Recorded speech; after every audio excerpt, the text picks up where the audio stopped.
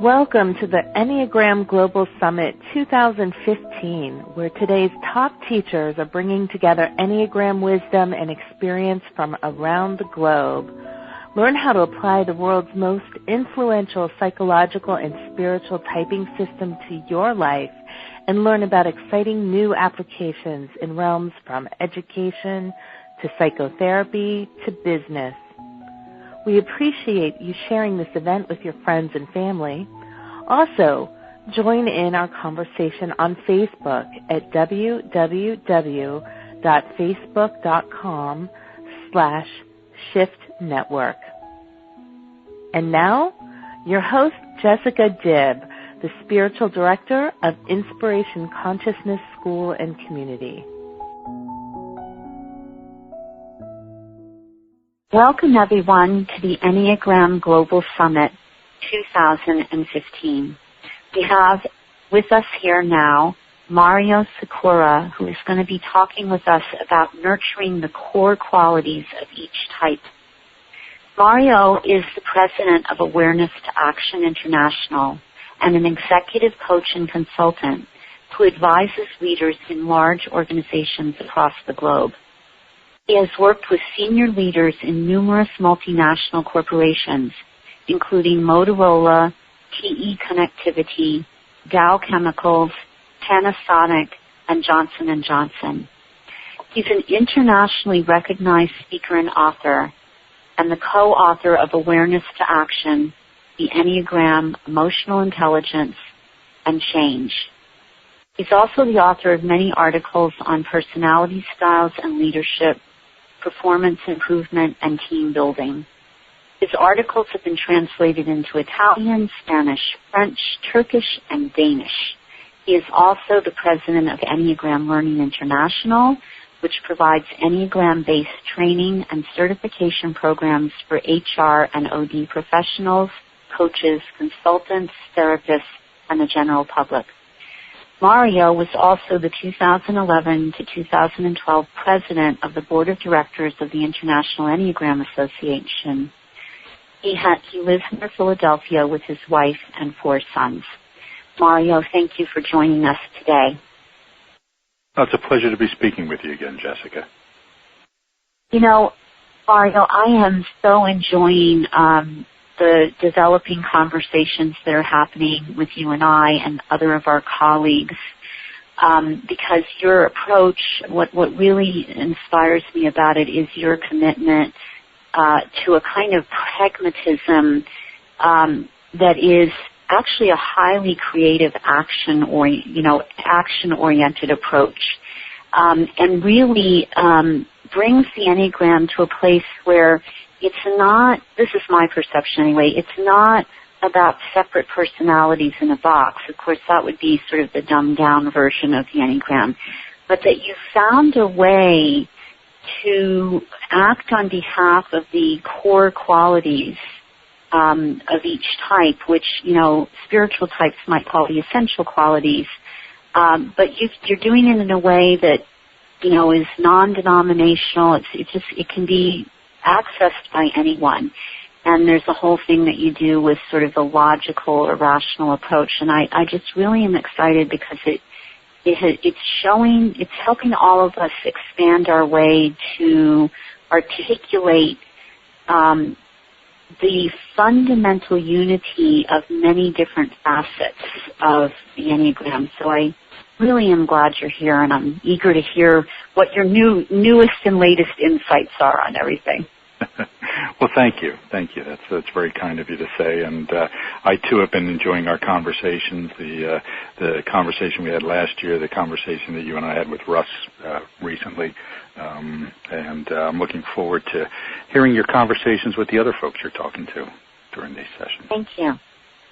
Well, I think what our listeners would most like to hear about in terms of this is what are the core qualities as you see them of each type. And as you know, I'm really wanting to get each teacher to say at least one thing about each type this year. So what are the core qualities, and how are they similar to and different than other ideas in the Enneagram literature? So you said that people with a more spiritual inclination might see these as essential qualities or essential aspects. And it is a very similar idea, and in fact, that is the concept that sort of inspired these ideas. There are a couple of reasons why I don't talk about them quite the same way as other people do. One of them is a philosophical reason, but that's a longer story that we don't really need to get into. But the other is just how do you make it pragmatic for the audience that I generally work with, right? And as you know, I typically work with corporate people, and so what I try to do there is, as you said, be non-denominational with these sort of things. I also try to very often take out anything that feels to me somewhat speculative, right, or somewhat faith-based. Okay? So the ideas are very similar, but with a little bit of difference. Okay. So what I'll do is I'll sort of talk about how I explain these core qualities when I teach them, with the understanding that these are aspects that we all have, right? As you said, it's easy to fall into sort of the superficial trap of seeing these as 9 different boxes, right? The reality is that these are aspects or qualities that we all have, but one of them affects us more than the others. Okay, so they're all there. For me, as an Enneagram Type 8, the one that affects me most acutely is the one at 0.8, which in this case is vitality. Okay, so what I'll do is just go around sort of the Enneagram and talk about each of these.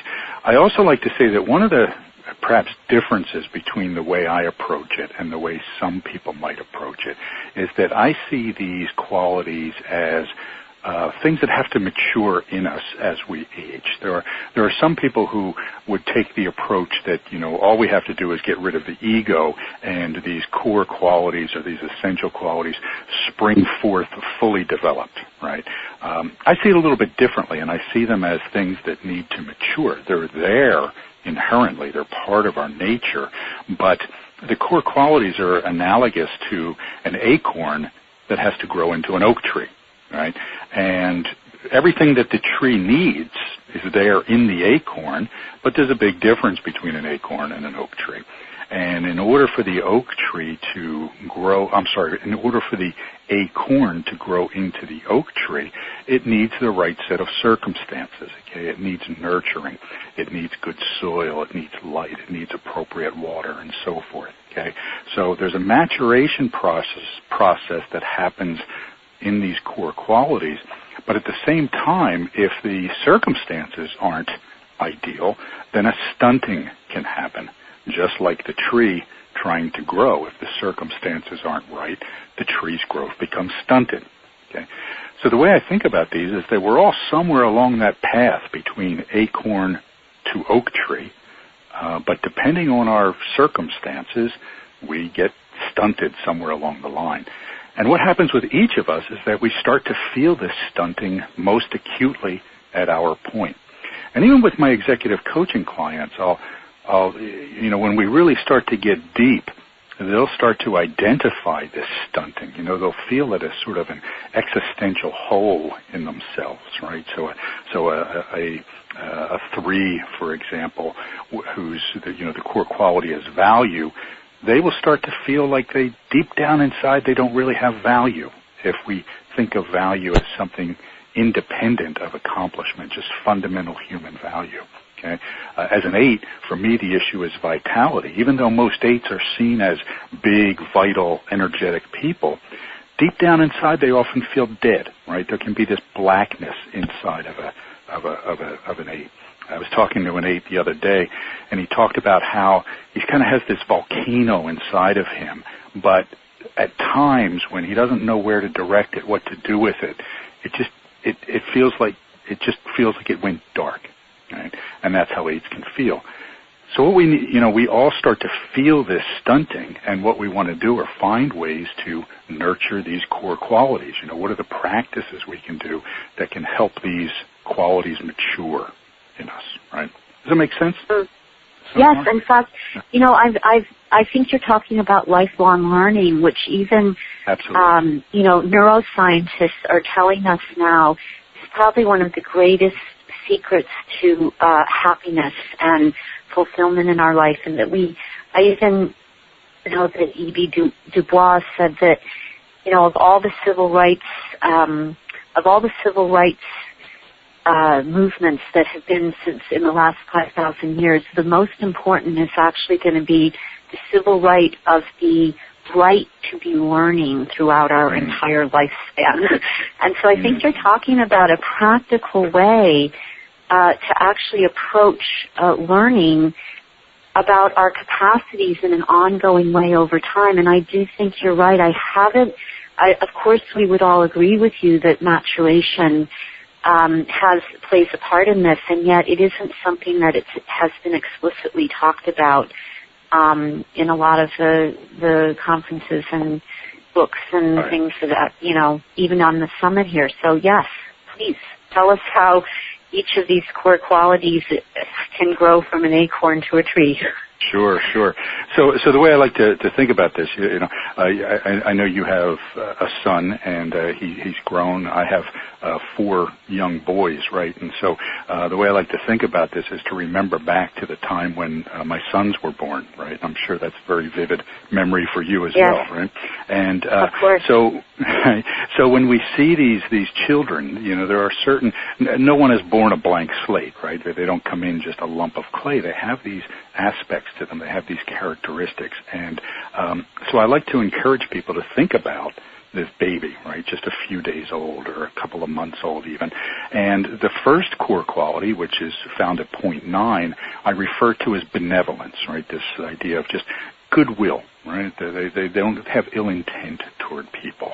And they're just,